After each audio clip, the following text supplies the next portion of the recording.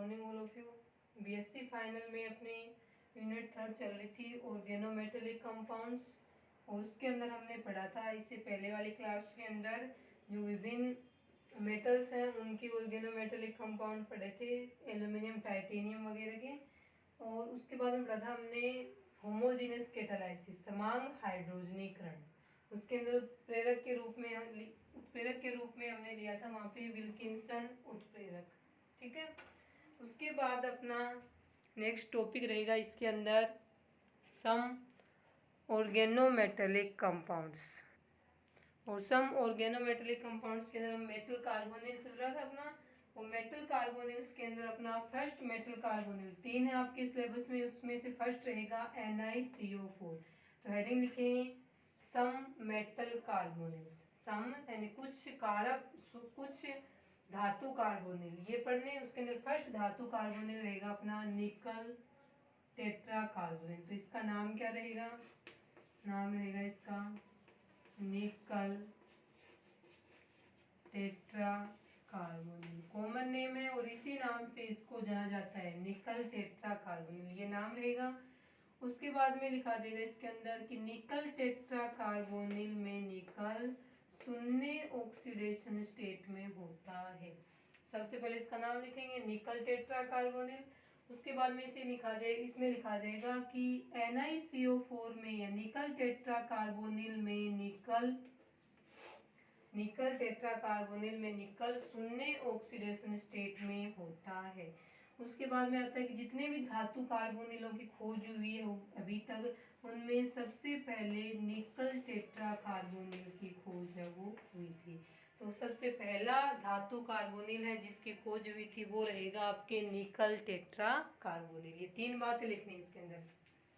पहले में इसका ये नाम लिखना है, सेकंड में ये लिखा जाएगा कि इसमें निकल है वो शून्य ऑक्सीडेशन स्टेट में होता है, और थर्ड में लिखा जाता है इसके अंदर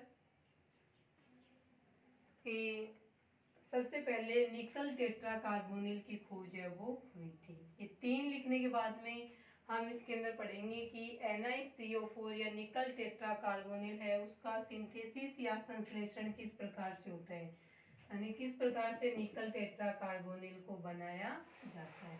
तो इसके अंदर रहेगा आपके मेथड ऑफ प्रिपरेशन।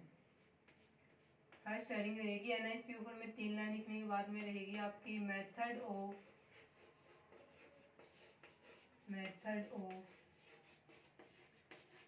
प्रिपरेशन। ठीक है, बनाने की विधियां। उसके अंदर फर्स्ट विधि रहेगी कि जब निकल धातु को सीधे ही हम कार्बन मोनोऑक्साइड या कार्बोनिल के साथ में गर्म करते हैं तो निकल टेट्रा कार्बोनिल का निर्माण होता है। जब निकल धातु को हम कार्बोनिल के साथ में गर्म करते हैं नॉर्मल टेम्परेचर पे, सामान्य दाब लिखेंगे, सॉरी नॉर्मल प्रेशर सामान्य दाब है, और टेम्परेचर है वो हम 100 से क्या रखेंगे, कम रखेंगे। टेम्परेचर है वो 100 से क्या रखा जाएगा, कम रखा जाएगा। ठीक है, और यहाँ पे जो निकल लिया जाएगा वो क्या लिया जाएगा, निकल यहाँ पे महीन चूर्ण है उसके रूप में लिया जाएगा, बारीक होगा यहाँ पे निकल। तो जब निकल की अभिक्रिया कार्बोनिल के साथ में करवाई जाती है तो हमें निकल टेट्रा कार्बोनिल प्राप्त हो जाता है। ये इसका सबसे फर्स्ट और सबसे इजी मेथड है निकल कार्बोनिल बनाने का। तो इसमें लिखा जाएगा कि निकल धातु व कार्बन मोनोऑक्साइड या फिर कार्बोनिल को के सीधे क्रिया करने से निकल कार्बोनिल है वो बन जाता है। ठीक है, 100 डिग्री सेंटीग्रेड लिखेंगे, ये रहेगी रिएक्शन। फर्स्ट में क्या लिखा जाएगा कि जब निकल धातु की अभिक्रिया कार्बोनिल के साथ करवाई जाती है सामान्य दाब पर तो निकल टेट्रा कार्बोनिल का निर्माण हो जाता है।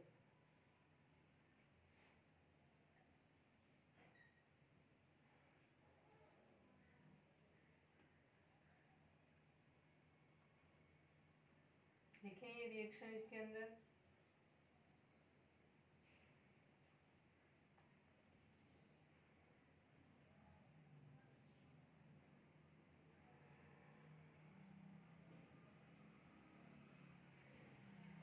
सेकंड लिखेंगे, इसका बनाने का जो मेथड है उसमें सेकंड रहेगा आपका निकल साल्ट बाय निकल साल्ट या निकल के लवणों द्वारा। ठीक है, निकल साल्ट में क्या आएगा कि जब इसमें लिखा जाएगा कि जब निकल के लवणों को कार्बन मोनोऑक्साइड गैस के साथ गर्म किया जाता है तो निकल टेट्रा कार्बोनिल का निर्माण होता है। क्या लिखा जाएगा इसमें कि जब निकल के लवणों को carbon monoxide gas CO gas के साथ गर्म किया जाता है तो निकल टेट्रा कार्बोनिल का निर्माण होता है। एग्जाम्पल देखें, जैसे NiCN4 निकल टेट्रासाइनाइड है, निकल का लवण है, इसको हम कार्बन मोनोऑक्साइड गैस के साथ में गर्म करें, चारों CN हटेंगे यहाँ से, 4 CO इसके साथ में जाके जुड़ेंगे तो यहाँ पे बन जाएगा आपका NiCO4 निकल टेट्रा कार्बोनिल, प्लस में बनेगा C2N2, चाहे 2CN लिखो, 2CN में भी C2 है और साथ में क्या आएगा इसके N2 आएगा, सॉरी ये 2 ही है, NiCN2। ठीक है, उसके अलावा निकल साइनाइड है ये।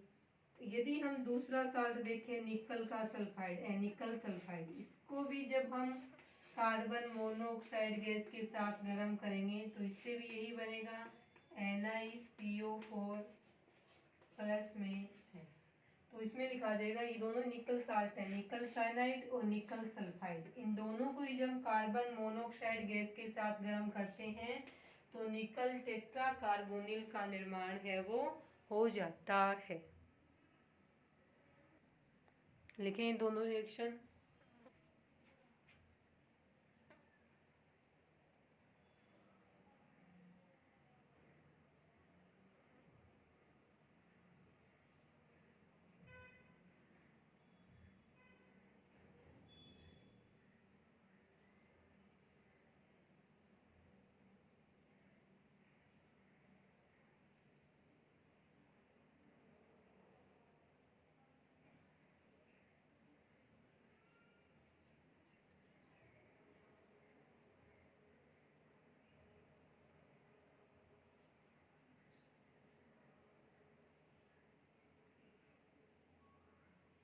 ये हो जाएंगे इसमें निकल कार्बोनिल है उसको बनाने के 2 मेथड, मुख्य रूप से 2 मेथड है जिनके द्वारा हम निकल टेट्रा कार्बोनिल का निर्माण कर सकते हैं। ठीक है, और मेथड ऑफ प्रिपरेशन के बाद में पढ़ेंगे हम इसकी फिजिकल प्रॉपर्टीज। सेकंड आपका आएगा, सेकंड हेडिंग रहेगी फिजिकल प्रॉपर्टीज, भौतिक गुण। ठीक है, 2-3 भौतिक गुण है इसके, वो देखें निकल टेट्रा कार्बोनिल के भौतिक गुण क्या क्या रहेंगे। तो इसमें आएगा फर्स्ट आपके कि ये एक कलरलेस लिक्विड होता है, ये है एक कलरलेस लिक्विड यानी रंगहीन द्रव होता है। फर्स्ट हो जाएगा यह एक रंगहीन द्रव होता है। सेकंड आएगा कि यह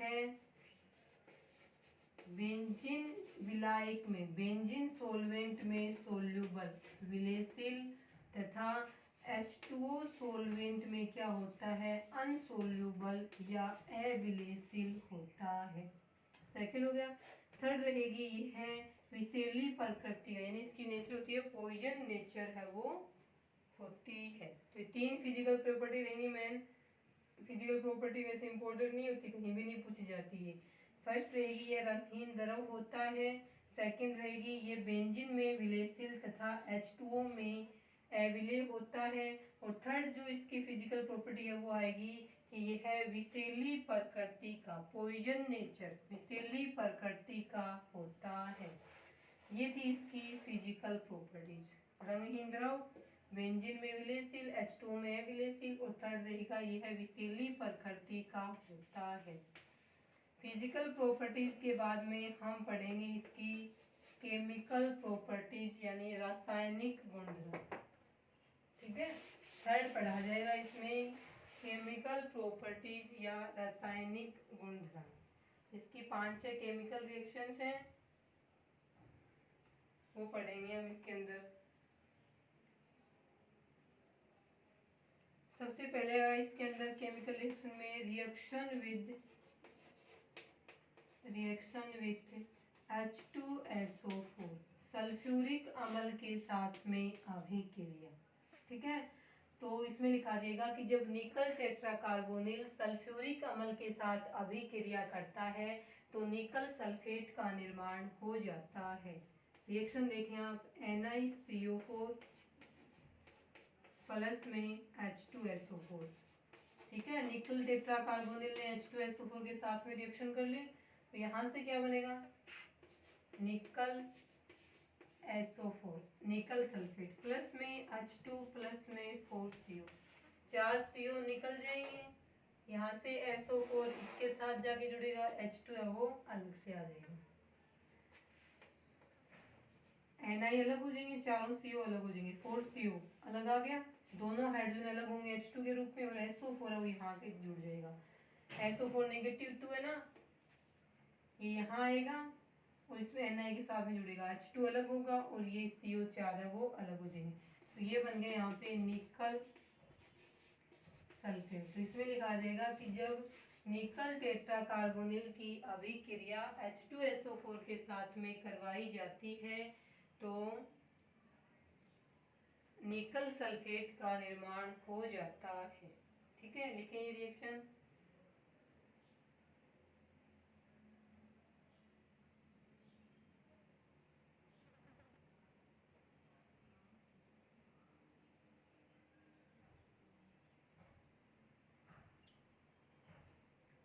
सेकंड के केमिकल रिएक्शन देखें, इसकी reaction with PCl3 phosphorus trichloride के साथ में अभिक्रिया। सेकंड केमिकल रिएक्शन रहेगी reaction with PCl3 phosphorus trichloride के साथ अभिक्रिया। तो इसमें लिखा जाएगा आपके कि जब निकल टेट्राकार्बोनिल की अभिक्रिया हम फास्फोरस ट्राइक्लोराइड के साथ में करवाते हैं तो हमें निकल टेट्राकार्बोनिल के चारों कार्बोनिल समूह है PCl3 के द्वारा विस्थापित हो जाते हैं। 3 PCl3 लेंगे, चारों CO अलग हो जाएंगे और इसकी जगह 4 PCl3 आके वो जुड़ जाएंगे। यहाँ पे बनेगा NiPCl3 PCl3 एक लिगेंड के रूप में कार्य करता है ट्राइक्लोरोफॉस्फेन के रूप में। ठीक है, प्लस में 4CO, इसका नाम रहेगा ट्राई क्लोरो, यहाँ पे आएगा टेट्रा, 4 है ना, इसकी संज्ञा लिखा जाएगा टेट्राकिस, पूर्व लगन दर्शाएंगे टेट्राकिस के रूप में, टेट्राकिस ट्राइक्लोरोफॉस्फेन, ट्राइक्लोरोफॉस्फेन और निकल। ठीक है, ये रहेगा और इसमें भी निकल है वो शून्य ऑक्सीडेशन स्टेट में रहेगा। तो इसमें आता है कि जब निकल टेट्राक्लोराइड की अभिक्रिया ट्राइक्लोरोफॉस्फेन या फास्फोरस ट्राइक्लोराइड के साथ करवाई जाती है तो निकल टेट्राकार्बोनिल के चारों CO समूह PCl3 के द्वारा विस्थापित हो जाते हैं। चारों CO बाहर निकल जाएंगे, उसकी जगह 4 PCl3 जुड़ेंगे, बनने वाले कंपाउंड का नाम रहेगा टेट्राकिस। टेट्राकिस का मतलब कि यहाँ पे जो लिगेंड है ट्राइक्लोरोफॉस्फेन उसके 4 अणु जुड़े हुए हैं, तो नाम रहेगा टेट्राकिस ट्राइक्लोरोफॉस्फेन निकल। लिखें केमिकल रिएक्शन, सेकंड थी केमिकल रिएक्शन।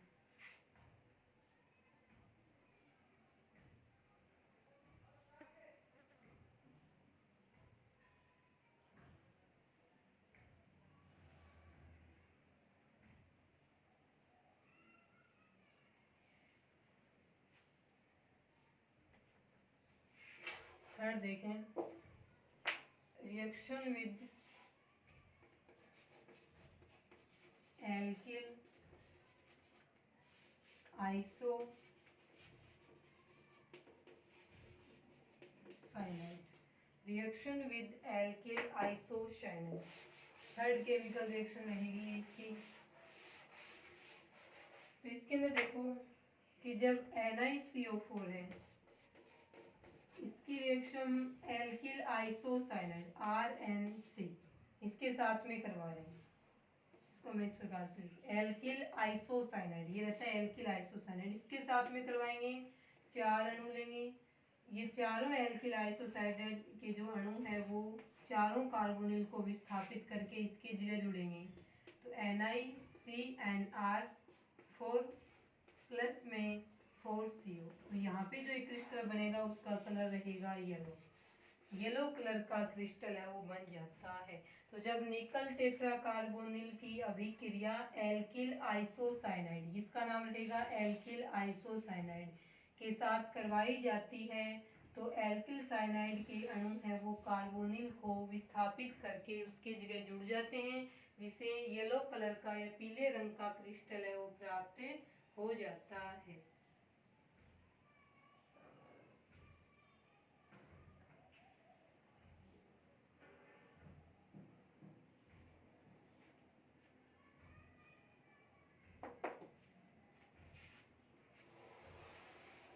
पांचवी केमिकल रिएक्शन देखें, ये होगी इसकी 4 केमिकल रिएक्शन।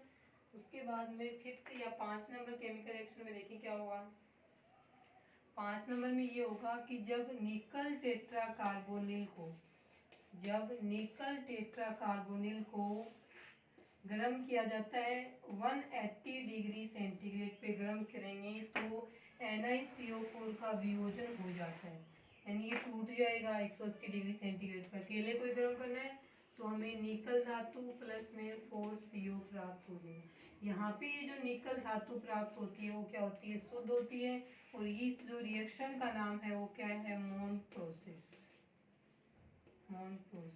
ठीक है, निकल बनाने की जो मोन प्रोसेस ना, मोन विधि, वो यही होती है कि जब निकल टेट्रा कार्बोनिल को 180 डिग्री सेंटीग्रेड तक गर्म किया जाता है तो ये वियोजित होकर या विघटित होकर निकल धातु मुक्त करता है। और इस रिएक्शन का उपयोग निकल का जो धातुक्रम होता है, यानी निकल के अयस्क हैं उससे निकल धातु प्राप्त करने के लिए इस अभिक्रिया का उपयोग किया जाता है और इसका नाम रहता है मोंड अभिक्रिया या मोंड विधि।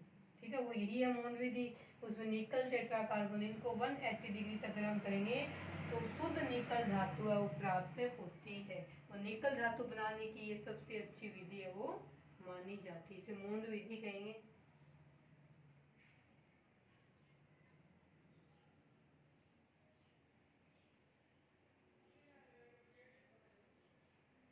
देखें ये रिएक्शन,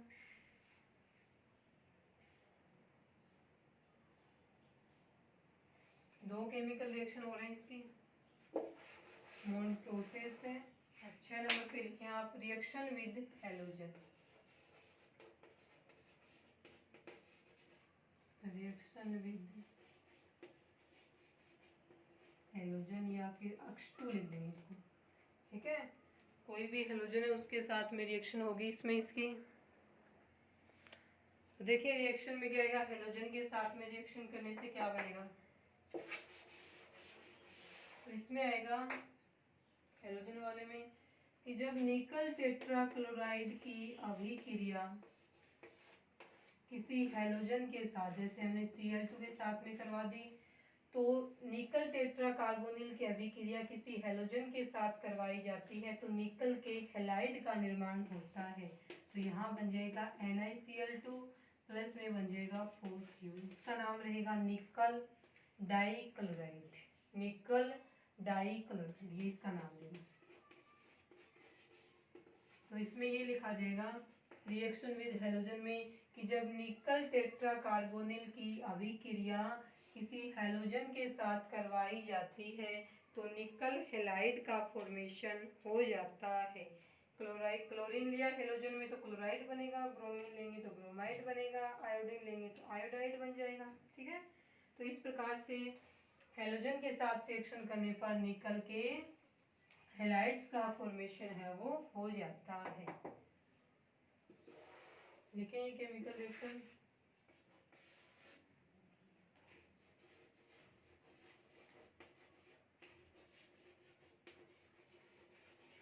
लास्ट रिएक्शन है इसकी reaction with hydrogen halides. Hydrogen halide के साथ में निकल टेट्रा कार्बोनिल की अभिक्रिया, सेम प्रोडक्ट बनता है दोनों में, एक प्रोडक्ट सेम रहेगा। हैलोजन के साथ में रिएक्शन कराएंगे तब भी हैलाइड बनेगा निकल का, और हाइड्रोजन हेलाइड के साथ रिएक्शन कराएंगे तब भी निकल का ही हेलाइड है वो बनेगा। तो देखिए हम इसके अंदर NiCO4 है, निकल टेट्रा कार्बोनिल, इसकी रिएक्शन हम करवा दी जैसे कि 2HI के साथ में, हाइड्रोजन आयोडाइड है, हाइड्रोजन हेलाइड हो गया, यहाँ पे बनेगा NiI2 निकल का आयोडाइड प्लस में H2 प्लस में 4CO। ये भी क्या बन गया, निकल का ही हेलाइड बन गया, लेकिन इसका नाम क्या रहेगा, निकल आयोडाइड। HCl लेते तो निकल का क्लोराइड ही बन जाता। तो इसमें लिखा जाएगा कि जब निकल टेट्रा कार्बोनिल की अभिक्रिया हाइड्रोजन हेलाइड्स के साथ करवाई जाती है तो निकल के हेलाइड्स का निर्माण होता है, और यहाँ पे निर्माण ये इसका नाम रहेगा निकल आयोडाइड। ये थे आपके निकल टेट्रा कार्बोनिल के method of synthesis, physical properties और केमिकल प्रॉपर्टीज। उसके बाद में हम कल की क्लास में पढ़ेंगे निकल टेट्रा कार्बोनिल की जो स्ट्रक्चर है, यानी इसमें कौन सा संकरण होता है और कौन सी किस प्रकार से इसमें संरचनाएं पाई जाती है, वो हम कल की क्लास में पढ़ेंगे। आज के लिए इतना ही।